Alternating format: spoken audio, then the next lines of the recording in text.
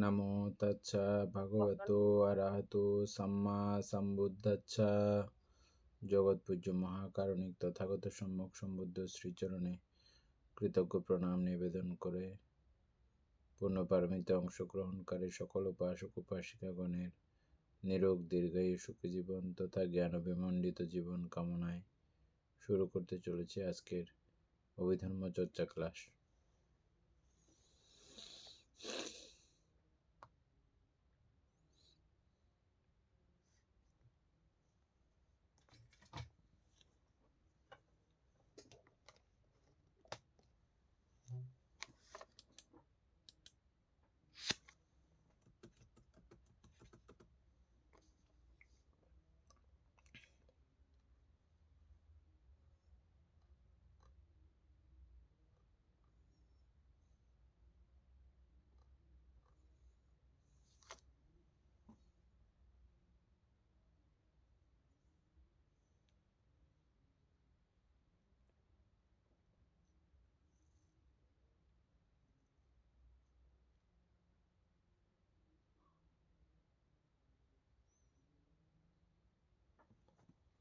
আমাদের কতটুকু পর্যন্ত শেষ হয়েছিল?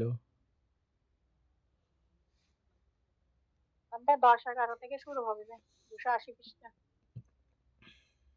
আর আগের দুইটা আগে দুইটা 4-5, তারপর 8-9, 280 পৃষ্ঠার মধ্যে 4-5। 4-5-এর মধ্যে হচ্ছে যে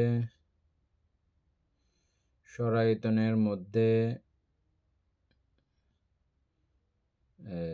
নামরূপ ও সরায়তনের মধ্যে নামরূপের প্রত্যয় সরায়তন, আর নামরূপ আর সরায়তনের মধ্যে নামের মধ্যে বেদনাদি ত্রয় সহজাত, এটা মনায়তনের সহজাত। নাম তো মন, ওই মনায়তনের সহজাত অনন্য নিশ্চয় বিপাক সম্প্রযুক্ত অস্থি অভিগত প্রত্যয়। এই পর্যন্ত আমরা বুঝছিলাম। হ্যাঁ, তারপরে আবার মঙ্গলক অলোপাদি হেতু প্রত্যয়, যখন অলোপাদি হেতু প্রত্যয়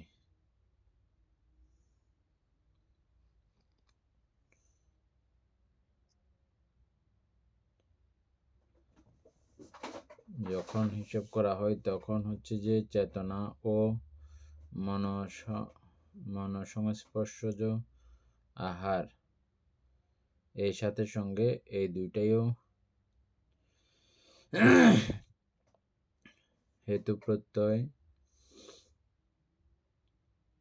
তারপরে আহার প্রত্যয়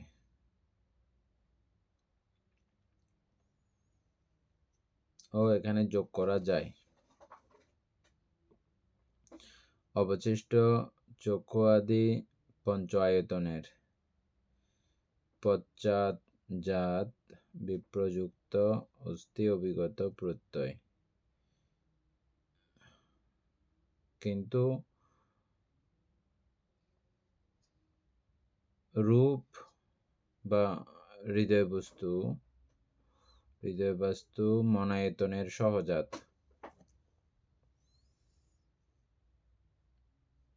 মনায়তনের সহজাত অনন্য নিশ্চয় বিপ্রযুক্ত অভিগত প্রত্যয় এবং বাকি পঞ্চায়তনের সহজাত অস্থি অভিগত প্রত্যয়। এটা সম্পর্কে আজকে একটু বিশেষ করে জানলাম। এখানে যে প্রত্যয়গুলোর কথা দেখানো হয়েছে এগুলো সরাসরি অঙ্গাঙ্গিভাবে কাজ করে, ঠিক আছে, কিন্তু তাই বলে অন্যান্য চৈতসিকেরও অন্যান্য প্রত্যয়েরও যে ব্যাপার নাই, থাকে না, এরকম না। কিন্তু এগুলোর স্বয়ংক্রিয়তা, এগুলোর সক্রিয়তা বেশি, সেজন্য এগুলোকে দেখানো হয় সরাসরি।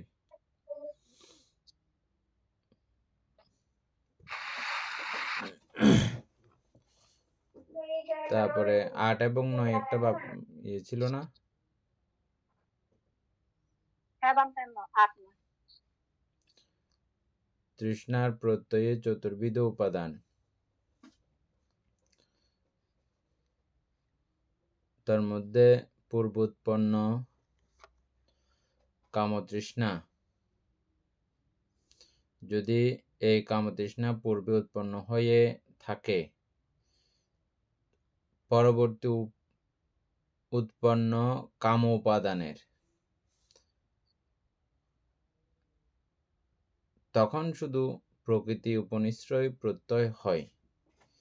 এই প্রকৃতি উপনিশ্রয় প্রত্যয় হওয়া মানে আরো অন্যান্য প্রত্যয়ের অটোমেটিক সংযোগ।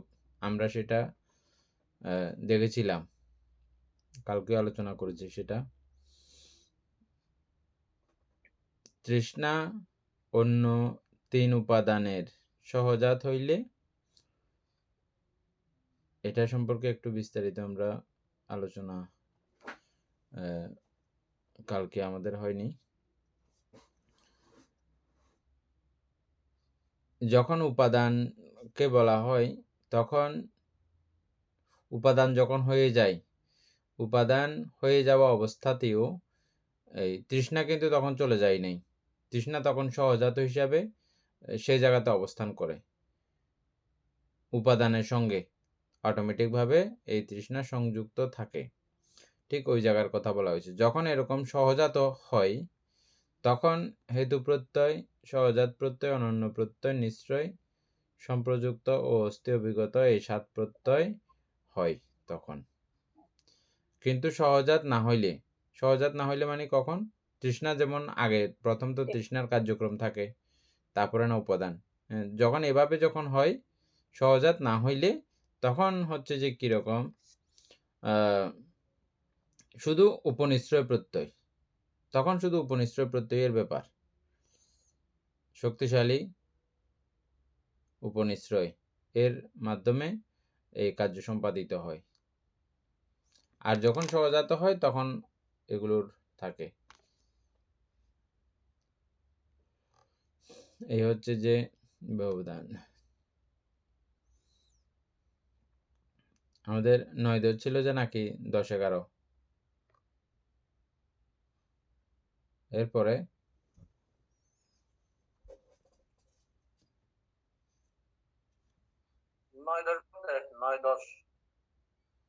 ফুতুলবাবু পড়েন, 9-10টা পড়েন।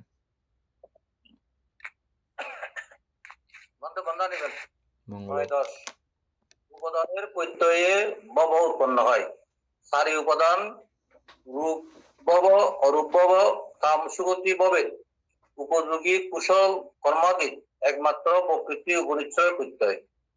কাম উপাদান সহজাত কর্ম ভবে হেতু সহজাত, অনন্য, নিশ্চয়, সম্পযুক্ত, অস্থি ও অবিগত এই 7 প্রত্যয়। বাকি 3 উপাদান সহজাত কর্মভবের উক্ত 7 প্রত্যয় হইতে হেতু বাদ দিয়া মার্গ যোগ করলে যে 7 প্রত্যয় হয়, সেই 7 প্রত্যয়।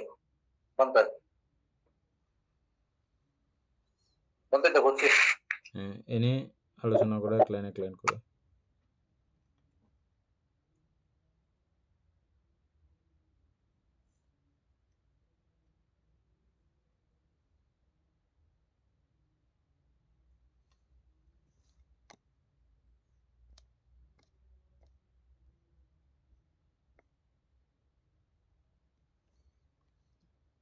এনেই তো আসে নাই।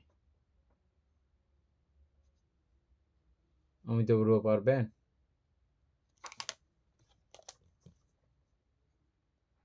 আমরা দেখি, আমি চেষ্টা করি। উপাদানে প্রত্যয়ে ভব উৎপন্ন হয়। উপাদান যখন এখানে মানে আমরা পড়ছি, তৃষ্ণা যখন মানে গাঢ় হয়ে যায়, তৃষ্ণার যখন শক্তিশালী হয়ে যায়, তখন কাম উপাদানে পরিণত হয়। তো উপাদানের প্রত্যয়ে আমরা জন্ম উৎপন্ন হয়, জন্ম হয় উপাদানের প্রত্যয়ে, উপাদানের কারণে। তো এরপরে হচ্ছে যে চারি উপাদান হবে যে অরূপভব, রূপভব, অরূপভব ও কামসুগতি ভবের উপযোগী কুশল কর্মাদির একমাত্র প্রকৃতি উপনিশ্রয় প্রত্যয় হয়।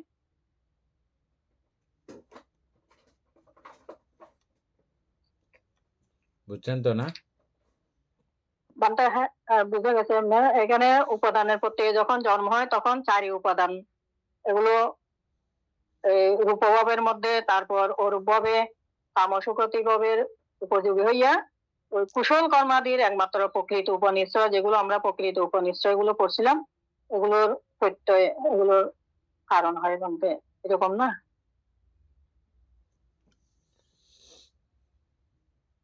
আমরা উপাদান এখন 4 প্রকার জেনে আসলাম, আমরা আগে থেকে জানি। হ্যাঁ, ওই উপাদানের প্রত্যয়ে ভব,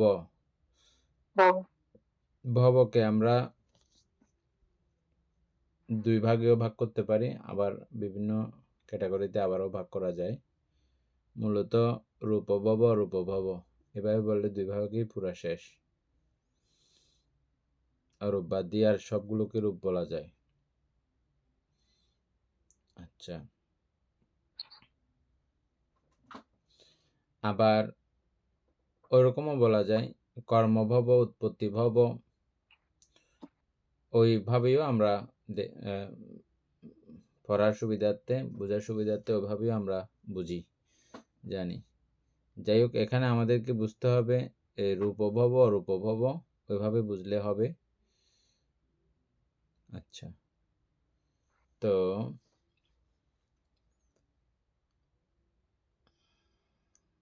রূপভবের মধ্যে কাম সুগতি ভবের উপযোগী। রূপভবের মধ্যে এখানে তো বানতে তিনটা ইয়া করছে, তিন রূপভব, রূপভব ও কামসুগতি। কাম ভবকে আবার ইচ্ছে করলে মানে পুরো 2 ভাগে বিভক্ত করা যায় আর কি। কামলোকটাও রূপলোকের অন্তর্গত না, রূপ না? হ্যাঁ, ওই দৃষ্টিকোণ থেকে 2 ভাগ করলেও অসুবিধা নাই। কিন্তু আমরা রূপভব বলতে রূপ ব্রহ্মলোককে বুঝি। ওই সুবাদে কাম, রূপ, অরূপ এই 3। আবার কামের মধ্যেও 2 ভাগে বিভক্ত আমরা করে পড়েছিলাম, সুগতি এবং দুর্গতি। এভাবে এখানে কাম সুগতি ভবের, যেগুলো দ্বারা কাম সুগতি ভূমিতে উৎপন্ন হওয়া যায় ওই রকম, বা ওই রকম ভব যেগুলো আছে, যেমন কুশল কর্ম আদি, কুশল কর্ম আদির একমাত্র প্রকৃত উপনিশ্রয় প্রত্যয়।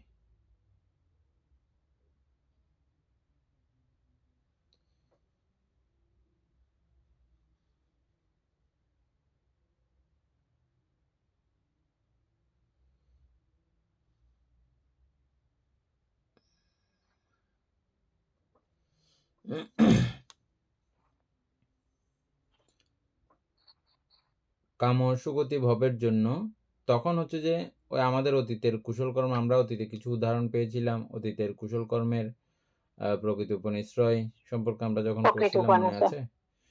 ওই প্রকৃত উপনিশ্রয়ের প্রত্যয়ে, সুতরাং এই প্রত্যয়টা এখানে কাজ করবে সরাসরি, প্রকৃত উপনিশ্রয় প্রত্যয়। আর আমরা এটাও জানছি যে এখন প্রকৃত উপনিশ্রয় বললে আরো সেই সঙ্গে যা যা প্রত্যয়ের সংযোগ ঘটার তো ঘটবে, যেটা মূল কাজ করে মূলত সেটাকেই এখানে লেখা হয়েছে। কাম উপাদান সহজাত কর্মভবের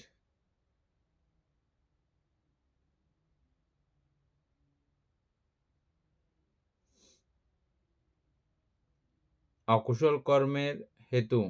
এখানেও যেমন উপাদান এক পর্যায়ে, উপাদানের প্রত্যয়ে ভব, আবার এই ভবের মধ্যে কিন্তু ওই উপাদান কিন্তু আছে অটোমেটিক ভাবে সংযুক্ত, যখন ওভাবে সংযুক্ত হিসেবে যখন হিসাব করব তখন এটাকে সহজাত বলতে হয়। যখন সহজাত হয় তখন হেতু প্রত্যয়, সহজাত প্রত্যয়, অনন্য প্রত্যয়, মিশ্র প্রত্যয়, সম্প্রযুক্ত, অস্থি, বিগত এই 7 প্রত্যয় তখন থাকবে। আর বাকি 3 উপাদানের সহজাত কর্মভবের উক্ত 7 প্রত্যয়ের প্রত্যয় হইতে হেতু বাদ দিয়া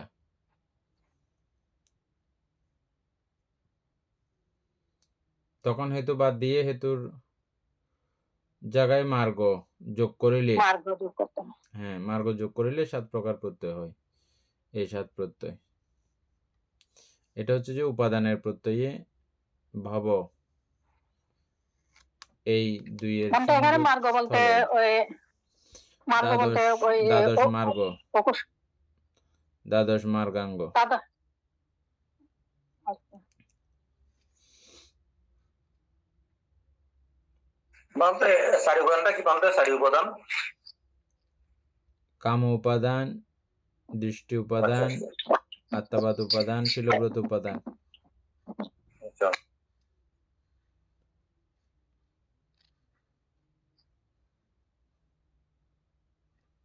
তারপরে 10, 11 হচ্ছে যে ভব প্রত্যয়ের জন্ম। এখানে ভবকে সরাসরি দেওয়া হয়েছে কর্মভব। কর্মভব। আমরা কর্মভব, উৎপত্তি ভব। কখন উৎপত্তি ভব বলি? যখন উৎপত্তি হয়ে যায়, যখন চিত্ত প্রতিসন্ধি লাভ যখন করে উৎপত্তি হয়। ফেলে তখন এটাকে উৎপত্তি ভব বলি, ওই জায়গাটাকে। এর আগ পর্যন্ত প্রত্যেকটা ভবগুলোকে, সবগুলোকে একসঙ্গে আমরা কর্মভব বলি। কর্মভব আমাদের কাছে অনন্ত জমা আছে, ওই অনন্তগুলোকে সবগুলোকে আমরা একসঙ্গে কর্মভব হিসেবে আখ্যায়িত করি। এই কর্মভব কারণে জন্ম, জন্মের প্রকৃতি উপনিশ্রয় ও নানাক্ষণিক কর্মপ্রত্যয়। প্রকৃতি উপনিশ্রয় ও নানাক্ষণিক কর্মপ্রত্যয়, মানে প্রকৃতি উপনিশ্রয় ও কর্মপ্রত্যয়, প্রকৃতি উপনিশ্রয় প্রত্যয় ও কর্মপ্রত্যয়, এই দুই প্রত্যয়ের প্রধান ভূমিকা।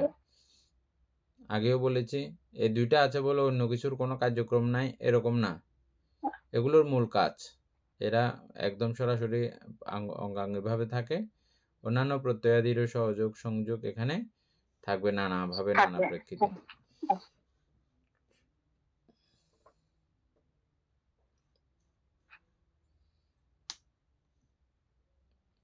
তারপরে 11 থেকে 12, জন্ম, জরা, মরণ, শোকাদির। জন্ম থেকে জরা, মরণ, শোকাদির প্রকৃতি উপনিশ্রয় প্রত্যয়। এটা সরাসরি প্রকৃতি উপনিশ্রয় প্রত্যয়। ক্লেশবৃত্ত কর্মবৃত্তের আর কর্মবৃত্ত বিপাকবৃত্তের পুনঃ বিপাকবৃত্ত ক্লেশবৃত্তের উপনিশ্রয় প্রত্যয়। আমরা পড়ছিলাম ক্লেশবৃত্ত কর্মবৃত্ত পড়ছিলাম, মনে আছে? ক্লেশবৃত্ত কর্মবৃত্তের এবং কর্মবৃত্ত বিপাকবৃত্তের।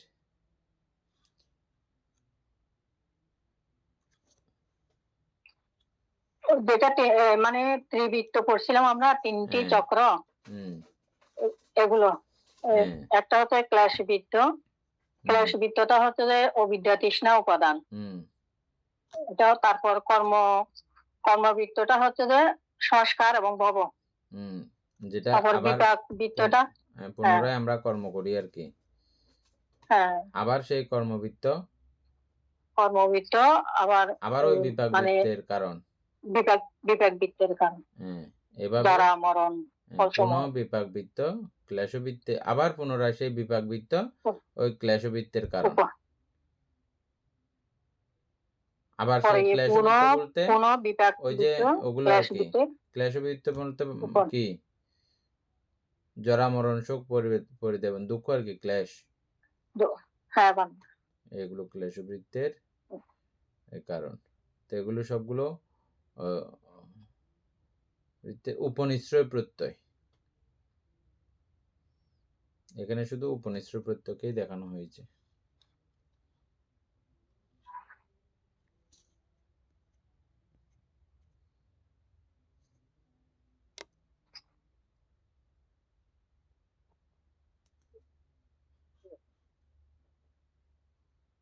তো বাইর করতে পারি নাই। ঠিক আছে, পুতুল বাবু পড়েন।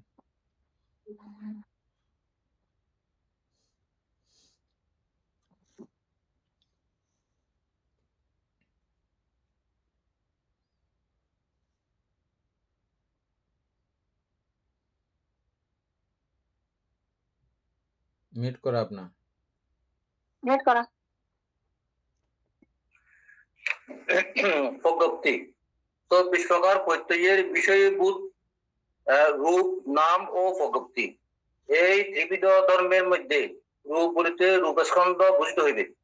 আলম্বনে নমিত হয় বলিয়া চিত্তকে নাম বলা হয়। এখানে নাম বলিতে চারি অরূপস্কন্ধ এবং নির্বাণ বুঝিতে হইবে। নির্বাণ অবশ্য চিত্ত কিংবা চৈতসিক নহে, তবে চিত্ত বা নাম দ্বারায় বিহিত হয় বলিয়া নির্বাণকে নাম ছেড়িতে মুক্ত করা হইয়াছে। প্রজ্ঞপ্তি অর্থ মনের ধারণা, অনুমান, সর্ববিদিত বিশ্বাস। প্রজ্ঞপ্তি বিজ্ঞপ্তি হইতে সম্পূর্ণ ভিন্ন।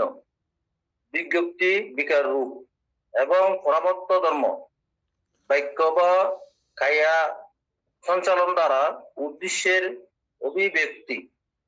198 খ্রিস্টাব্দ। কিন্তু প্রজ্ঞপ্তি মনের ধারণা এবং এই ধারণা অভিব্যক্তি না পাইতেও পারে, যাহা যাহা পারমার্থিক ভাবে বিদ্যমান, অর্থাৎ চিত্ত, চৈতসিক 28 প্রকার রূপ এবং নির্বাণ, তাহারা বিদ্যমান প্রজ্ঞপ্তি এবং যাহা লোক সম্মতি মতে বিদ্যমান, যেমন ভূমি, নদী, ইহ, সত্য ইত্যাদি, কিন্তু পারমার্থিক ভাবে অবিদ্যমান, তাহা অবিদ্যমান প্রজ্ঞপ্তি। কোন বস্তু উৎপত্তি, আকার, বর্ণ, গুণাদি সম্বন্ধে ধারণা যেমন প্রজ্ঞপ্তি, সেই ধারণা প্রকাশক শব্দ, চিহ্ন, আখ্যা বা নামটি ও প্রজ্ঞপ্তি।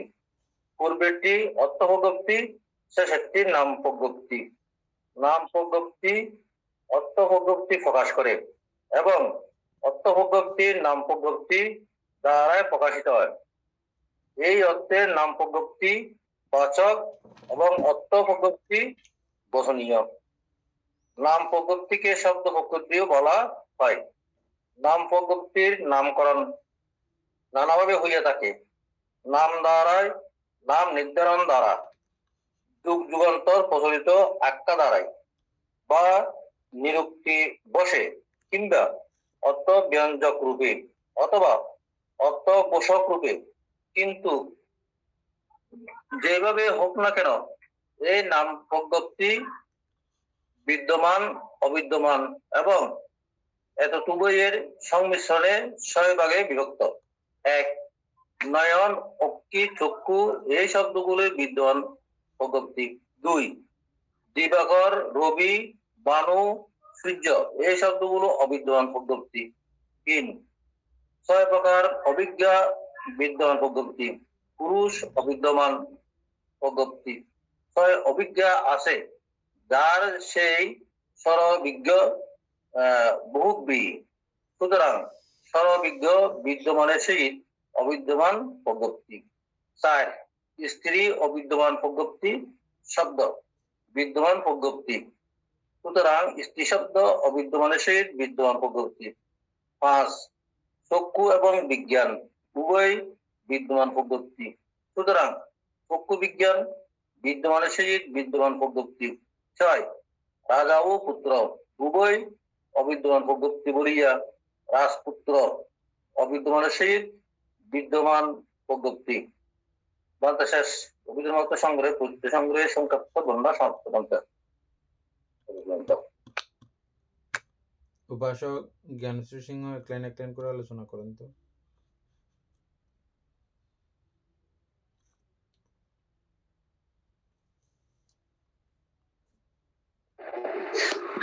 বন্দনা মানতে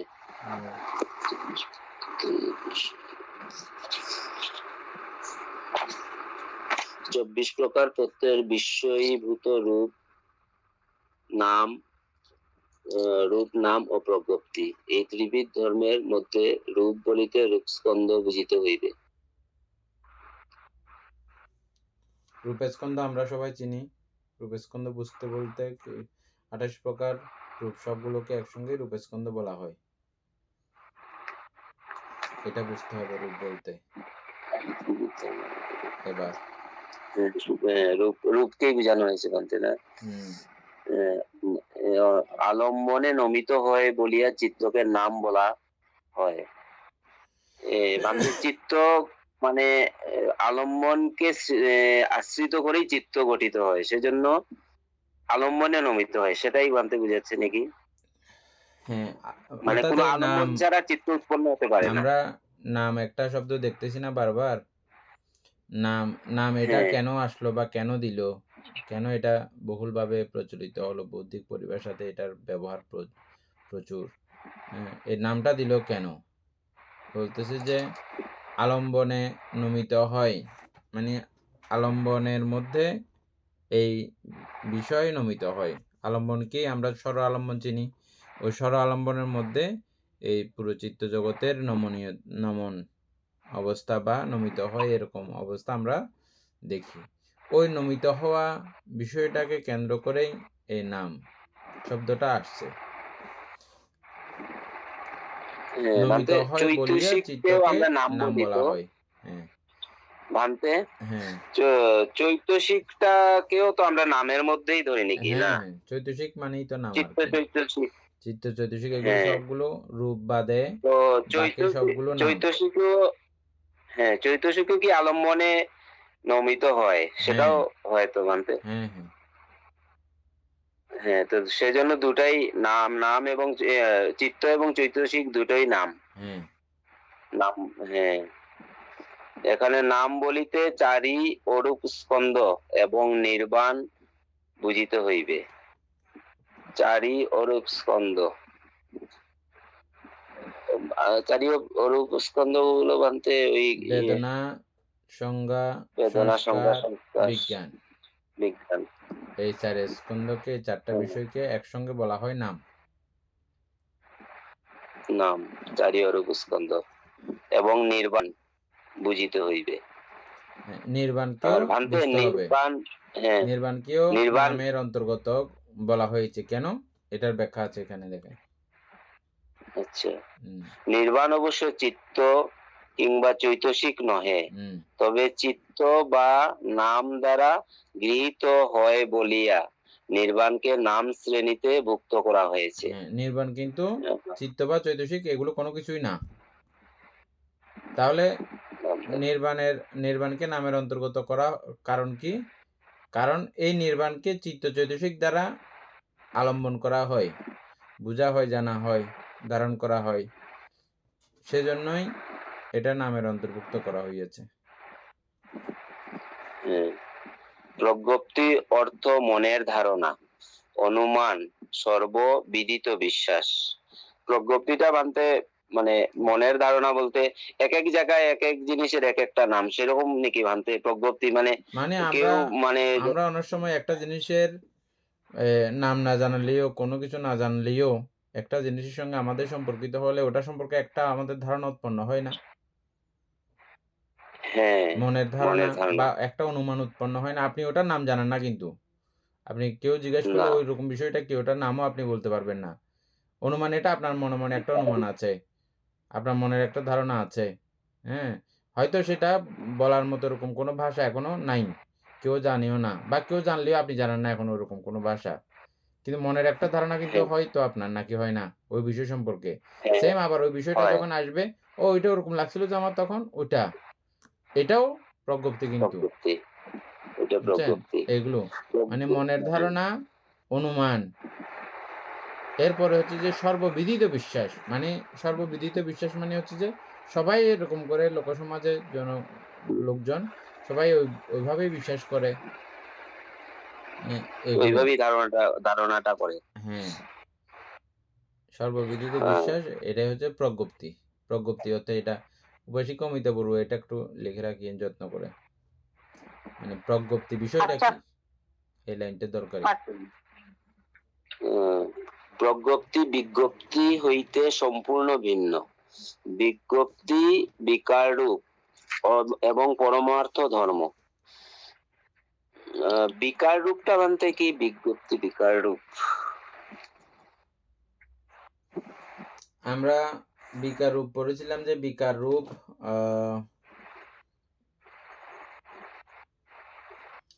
লঘুতা, মৃদুতা, কর্মণ্যতা, এগুলো আসবে বানতে। আর বিকারূপ তিনটা: লঘুতা, মৃদুতা, কর্মণ্যতা। বিজ্ঞপ্তি বিকার রূপ।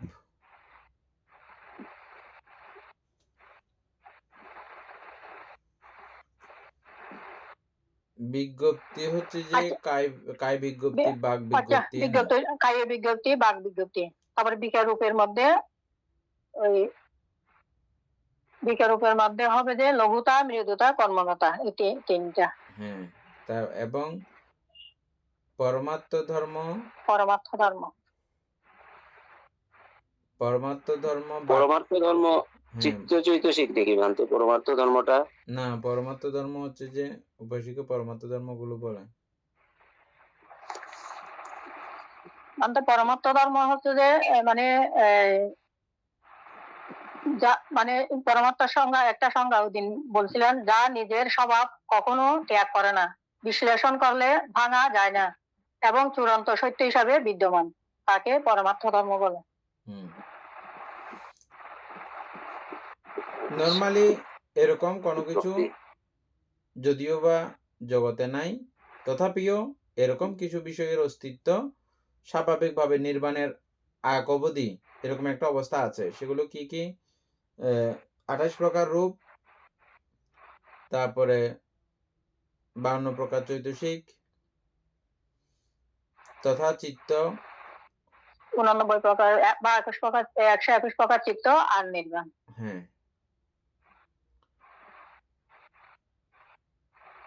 এগুলো হচ্ছে যে পরমাত্ম ধর্ম।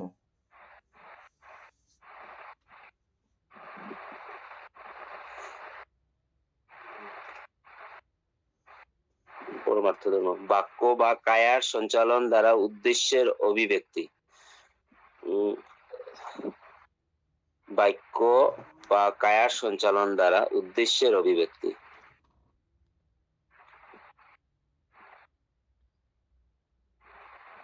এটা বুঝছেন? বাক্য দ্বারা যেটা যেটা সম্পর্কে আমরা বলতে চাই সেটা অভিব্যক্তি করা, মানে সেটার বিশ্লেষণ করা নাকি আমরা যেটা বুঝাতে চাইছি সেটাই। যে আমরা যেমন আমি কথা বলতেছি, কথাগুলো বিজ্ঞপ্তি কখন হয়, যেটা অন্যজনকে আমি কিছু বোঝাতে চেষ্টা করি, ওই শব্দগুলো, এগুলো কিন্তু শব্দ হইলেও এগুলোকে আমরা নানাভাবে এখানে বাকযন্ত্রের মাধ্যমে আমরা মোটিভেট করে এটা একটা কিছু একটা বিষয়ে বাকযন্ত্রের বা কায়া শব্দ বানিয়ে দ্বারা, ফেলতেছি, শব্দ বানিয়ে হ্যাঁ ওটা মানুষে কিছু বুঝতেছে ওটা দ্বারা, এটা হয় তখন বিজ্ঞপ্তি। আর এছাড়াও নানা রকম শব্দ আছে, মেঘের গর্জন হইতে শুরু করে নানা রকম শব্দ আছে না, এগুলো বিজ্ঞপ্তির মধ্যে পড়ে না, এমনি শব্দ এগুলো। কিন্তু যেগুলো কাউকে এটা বলার জন্য, বোঝার জন্য যখন ইয়ে করা হয় তখন এটা বিজ্ঞপ্তি। ঠিক এভাবে কায়িক কিছু কার্যক্রম আমরা করি, এটাকে কায় বিজ্ঞপ্তি বলা হয়। মুখে কথা না বলে কিছু অঙ্গভঙ্গির মাধ্যমে কিছু বোঝাতে চেষ্টা করি আমরা, এগুলো কায় বিজ্ঞপ্তি। তারপর 191 পৃষ্ঠায় দ্রষ্টব্য, কিন্তু প্রজ্ঞপ্তি মনের ধারণা এবং এই ধারণা ওই ব্যক্তি না পাইতেও পারে। ওইটা মানে কাউকে প্রকাশ করা যায় না এমন কোনো ব্যাপার আছে প্রজ্ঞপ্তির মধ্যে, মনের ধারণা আর কি, যেটা আমি মুখে বলতে পারি না, সেরকম নাকি বানতে অভিব্যক্তি না পাইতেও পারে। কায়ের সঞ্চালন দ্বারা উদ্দেশ্যের অভিব্যক্তি। তারপরে হচ্ছে যে 191 পৃষ্ঠায় দ্রষ্টব্য, এটা আমরা আগে পড়ে আসছিলাম। কিন্তু প্রজ্ঞপ্তি মনের ধারণা এবং এই ধারণা অভিব্যক্তি না পাইতেও পারে।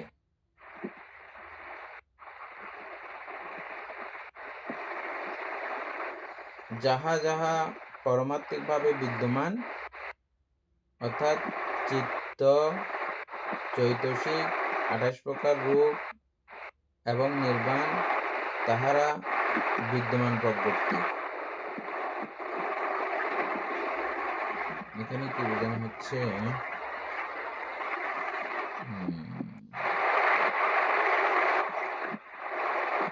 কিন্তু বিজ্ঞপ্তি না, প্রজ্ঞপ্তি মনের ধারণা এবং এই ধারণা অভিব্যক্তি না পাইতেও পারে।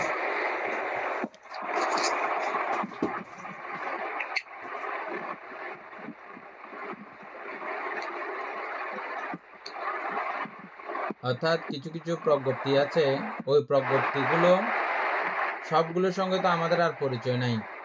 এটা মাঝে মধ্যে এরকম অভিব্যক্তি না হইতেও পারে, না পাইতেও পারে।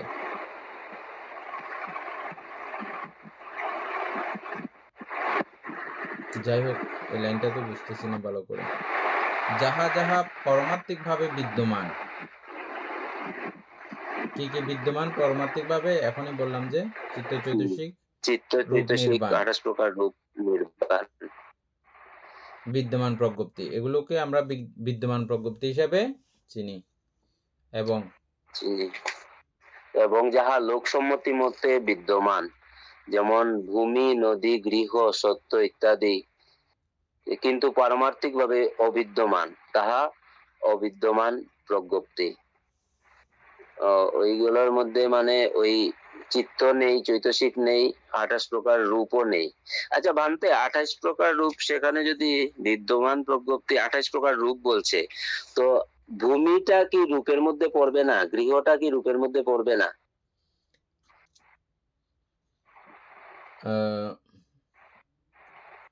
এটা সরাসরি বিদ্যমান প্রজ্ঞপ্তি হচ্ছে যে চিত্ত, চৈতসিক, রূপ, নির্বাণ হচ্ছে যে বিদ্যমান প্রজ্ঞপ্তি, একদম সরাসরি বিদ্যমান প্রজ্ঞপ্তি। আর যাহা লোকসম্মতিতে বিদ্যমান, যেমন ভূমি, নদী ইত্যাদি, এটা পারমার্থিক ভাবে কিন্তু বিদ্যমান নাই, এটাকে অবিদ্যমান বলা হচ্ছে সরাসরি।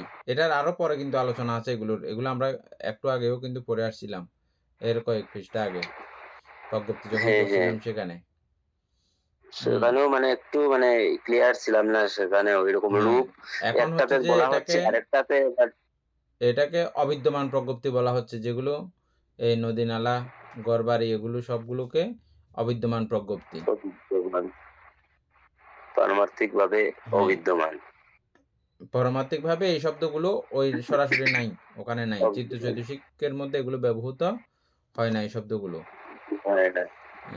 কিন্তু রূপের মধ্যে আমরা কিন্তু লোকসম্মতি ভাবে কিন্তু বিদ্যমান, লোকসম্মতি ভাবে এগুলো বিদ্যমান, কিন্তু পারমার্থিক ভাবে অবিদ্যমান। এটা পারমার্থিক ভাবে হিসাব করা হচ্ছে, পারমার্থিক ভাবে এগুলো অবিদ্যমান। এরপরের লাইন দেখেন, তাহা অবিদ্যমান কোন বস্তুর উৎপত্তি, আকার, বর্ণ, গুণাদি সম্বন্ধে ধারণাটা যেমন প্রজ্ঞপ্তি, সেই ধারণা প্রকাশক শব্দ, চিহ্ন, আখ্যা বা নামটিও প্রজ্ঞপ্তি।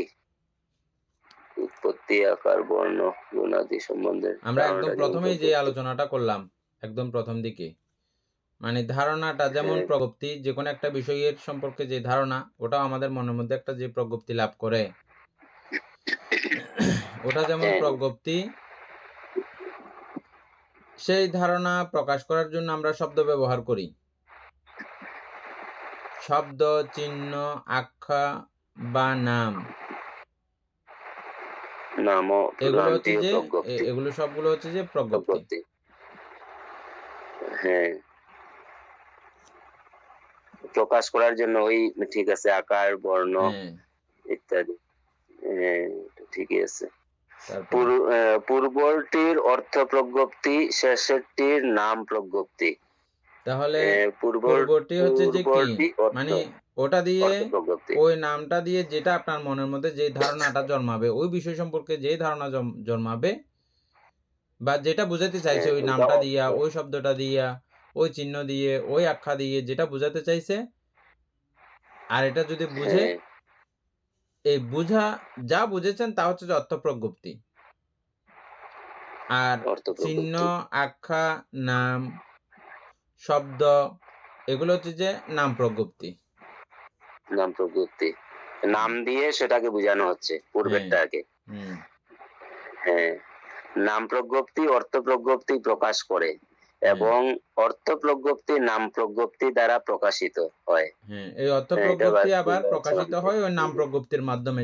নাম মানে যে প্রজ্ঞপ্তি কোনো দ্বারা একটা আমার প্রকাশিত হৃদয়ে হয়। এটা আমি একটা বিষয় বুঝেছি, ওটাকে প্রকাশ করতে হলে একটা শব্দ দরকার।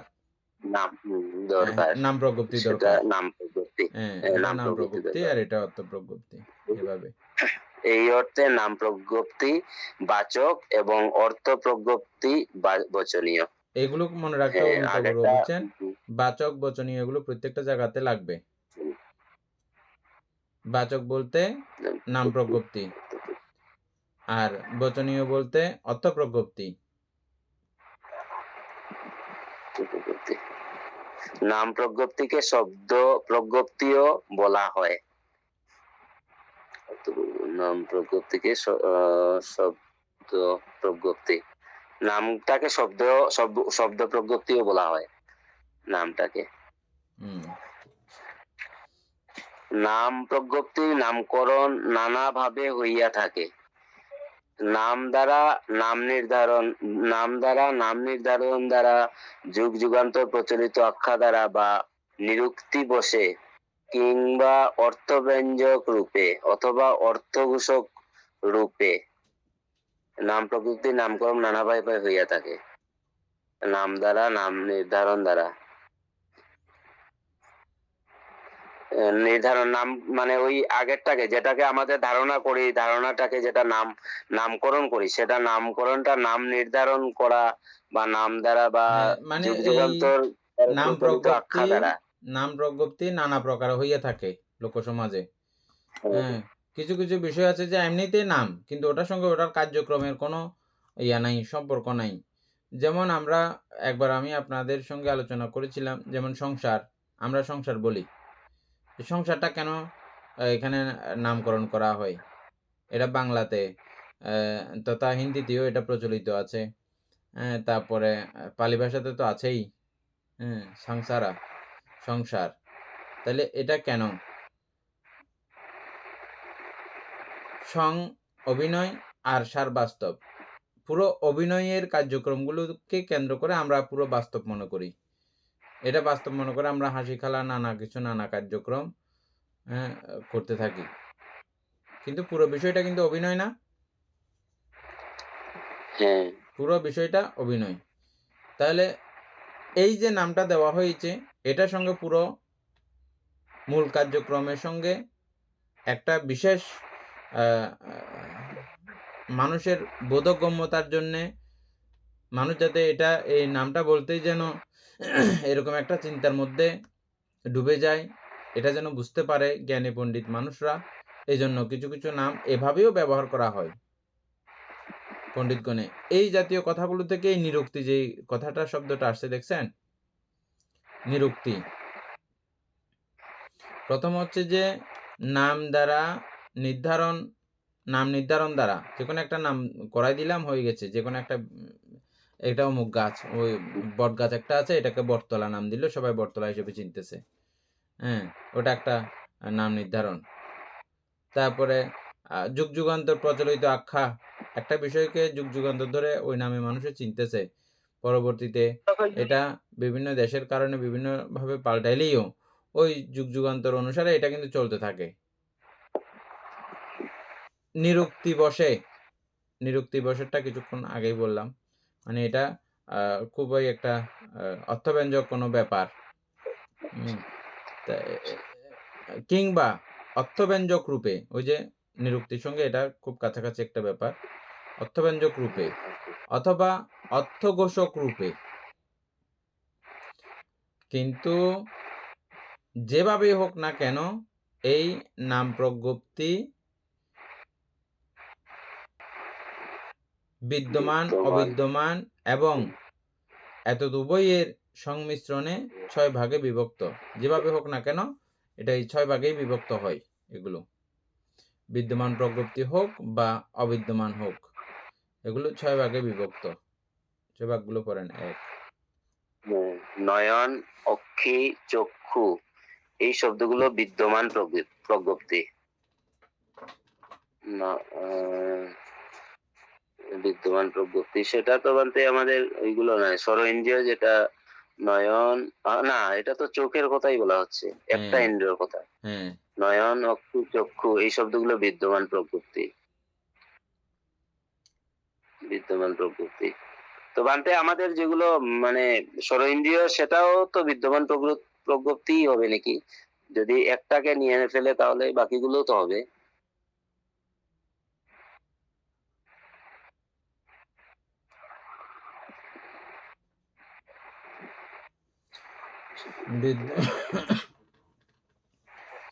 বিদ্যমান প্রজ্ঞপ্তি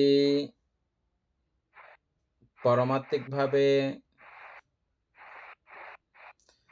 চিত্তচৈতসিক রূপ নির্বাণ।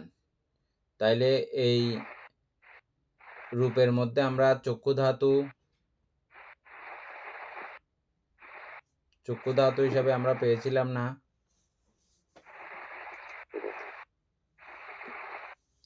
অমিতাপূর্ব মনে আছে?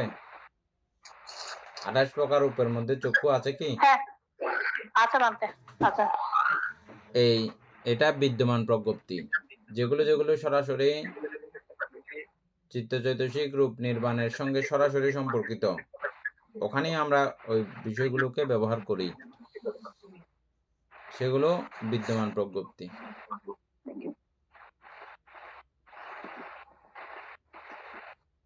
তাহলে মানে ওই সর ইন্দ্রিয়ের মধ্যে শুধু একটাই থাকবে নাকি, মানে চক্ষুটাই থাকবে? উদাহরণ দেওয়া হয়েছে একটার আর কি। এখানে আপনি নয়ন বললিও, অক্ষি বললিও, চক্ষু বললিও, এই শব্দগুলো হচ্ছে যে বিদ্যমান প্রজ্ঞপ্তি। নয়ন বললেও অসুবিধা নাই, অক্ষি বললে অসুবিধা নাই, চক্ষু বললে অসুবিধা নাই।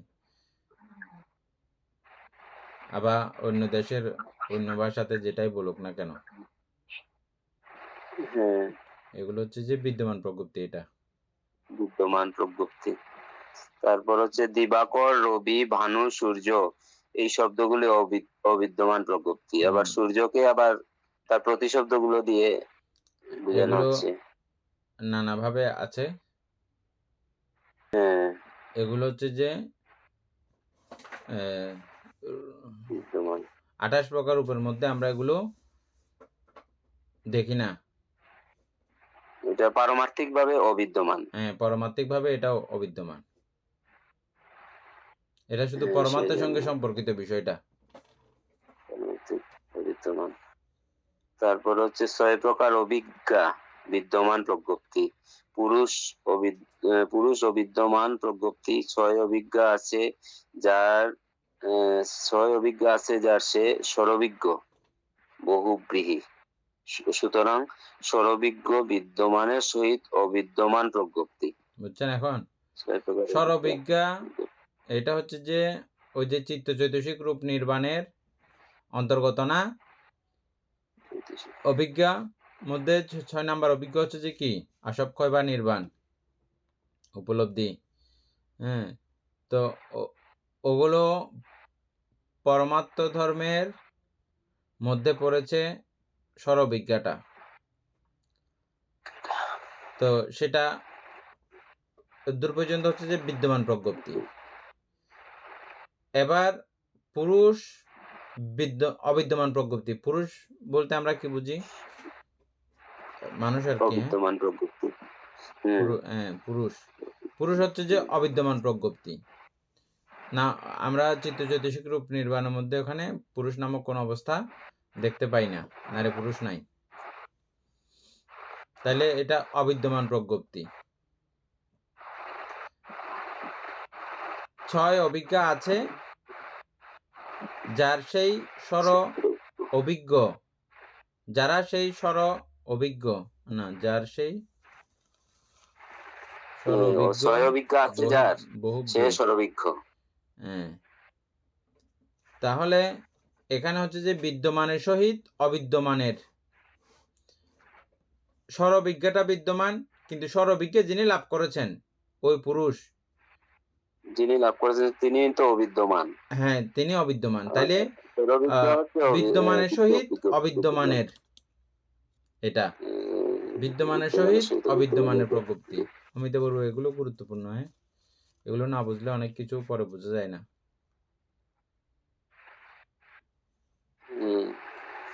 স্ত্রী অবিদ্যমান প্রজ্ঞপ্তি, শব্দ বিদ্যমান প্রজ্ঞপ্তি। সুতরাং স্ত্রী শব্দ অবিদ্যমানের সহিত বিদ্যমান প্রজ্ঞপ্তি। ওটা উল্টাটা, মানে শব্দটা বিদ্যমান প্রজ্ঞপ্তি, শব্দটা বিদ্যমান প্রজ্ঞপ্তি, মানে এটা শব্দটা কোন শব্দ? আমরা 28 প্রকার রূপের মধ্যে শব্দ আছে না, একটা শব্দরূপ। আচ্ছা, স্ত্রী অবিদ্যমান প্রজ্ঞপ্তি, শব্দ বিদ্যমান প্রজ্ঞপ্তি। সুতরাং স্ত্রী শব্দ অবিদ্যমানের সহিত বিদ্যমান প্রজ্ঞপ্তি। স্ত্রী শব্দ মানে নিচেরটা উল্টা করে দিয়েছে। হ্যাঁ, অবিদ্যমানের সহিত বিদ্যমান। হ্যাঁ, তারপরে 5 চক্ষু এবং বিজ্ঞান উভয় বিদ্যমান প্রজ্ঞপ্তি।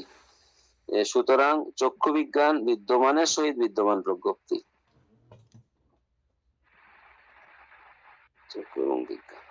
চক্ষু এবং বিজ্ঞান, আমরা পারমার্থিক ভাবে চক্ষুকেও দেখি এবং বিজ্ঞানকেও দেখি। চিত্তচৈতসিক রূপ নির্বাণের মধ্যে এই বিজ্ঞানও আছে। সুতরাং দুইটাই এখানে কি বিদ্যমান, বিদ্যমানের সহিত বিদ্যমান, সেজন্য বিদ্যমানের সহিত বিদ্যমান, যেমন চক্ষু বিজ্ঞান।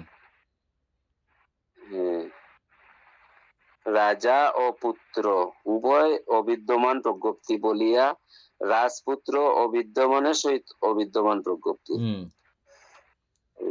দুটোই অবিদ্যমান, রাজা এবং পুত্র। উপাসিক অমিত গুরু, এটা খুব গুরুত্বপূর্ণ। হ্যাঁ, এগুলো মনে রাখতে হবে যে আরো ভবিষ্যতে পড়ার সময়। আচ্ছা বান্তা, এখানে যেগুলো সরাসরি চিত্ত চৈতসিক রূপ নির্বাণ, এগুলো হচ্ছে সরাসরি বিদ্যমান। আর এখানে লোকসম্মতি বলতে ওই কতগুলা পাহাড় নদী, এগুলো হচ্ছে লোকসম্মতির মতে, মানে যেগুলো ওগুলো হচ্ছে লোকসম্মতির মধ্যে বিদ্যমান। বান্তে এখানে বিদ্যমান দুই প্রকারের আছে। একটা যেটা সরাসরি হলে কি হবে, এখানে আমরা লোকসম্মতিটা হিসাব করি না, এটা শুধু পরমাত্মাটা হিসাব করা হয়। হ্যাঁ, এখানের চ্যাপ্টারটা আলাদা, উপরে আমরা যেটা আরেকটা বিদ্যমান অবিদ্যমান পড়ে আসছি সেখানের বিষয়টা কিন্তু আলাদা। সেটা বলছি বান্তে, এটা হচ্ছে সব পারমার্থিক ভাবে মানে বোঝানো হয়েছে এগুলোকে।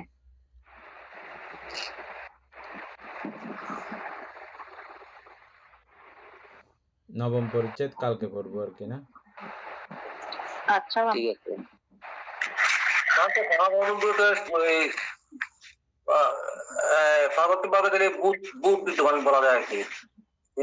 পারমার্থিক ভাবে বিদ্যমান হচ্ছে যে, আগে এটা মনে রাখতে হবে।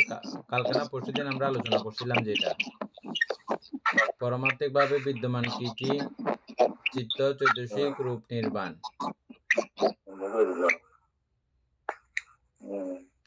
এগুলো পারমার্থিক ভাবে বিদ্যমান।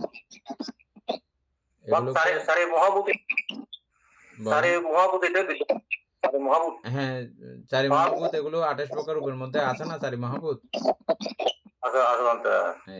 28 প্রকার রূপ আর 52 প্রকার চৈতসিক আর চিত্ত সবগুলো আর নির্বাণ।